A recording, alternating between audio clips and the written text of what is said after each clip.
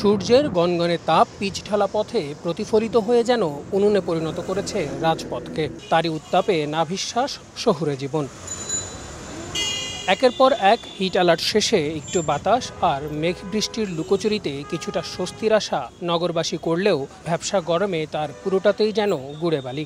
বাতাসের যে আপেক্ষিক আর্দ্রতা হিউমিডিটি এইটা একটু বেশি, এই কারণে ঘাম হচ্ছে। রোদের তো তাপ কমে না, এই যে রোদ রে ঘামে কি অবস্থা। প্রচন্ড গরম, কিন্তু বাতাসেও এই গরম থামছে না। খরতাপ আর ভ্যাপসা গরমের মধ্যেও দিন এনে দিন খাওয়া কর্মজীবী মানুষের সংগ্রাম পরিবারের সদস্যদের মুখে দুবেলা দুমুঠো অন্ন তুলে দেয়ার। তবু তো পারা যায় না। দরকার স্বস্তি। শ্রমজীবী থেকে শুরু করে পথিক সবার খোঁজ একটু ছায়া।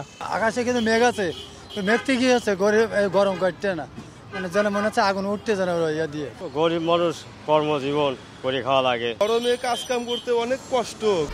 1, 2, 3 ঢাকায় জমি জিতে নিন 100% ক্যাশব্যাক সহ 20 কোটি টাকার পুরস্কার। তবে স্বস্তির খবর তাপদাহ থেকে মুক্তি মেলার পূর্বাভাস দিলেন আবহাওয়াবিদরা। ময়মনসিংহ, সিলেট এবং ঢাকা বিভাগের 2-1 জায়গায় বৃষ্টিপাতের সম্ভাবনা রয়েছে। এছাড়া আগামীকালকে থেকে সারা দেশেই বিচ্ছিন্নভাবে বৃষ্টিপাতের সম্ভাবনা রয়েছে এবং সেখানে বজ্রঝড় সহ কোথাও কোথাও বজ্রপাতেরও সম্ভাবনা রয়েছে। প্রকৃতির চোখ রাঙানি থেকে মুক্তি পেতে সবুজায়ন এবং নিজেদের সচেতন হওয়ার পরামর্শ পরিবেশবিদদের। জলবায়ু পরিবর্তনের প্রভাবে গেল বেশ কিছু বছর ধরে গ্রীষ্মের যে চোখ রাঙানি তা আমাদের চোখে আঙুল দিয়ে দেখিয়ে দিচ্ছে প্রকৃতির যে চরম ভাবাপন্নতা তা অচিরেই আমাদের মুক্তি দিবে না।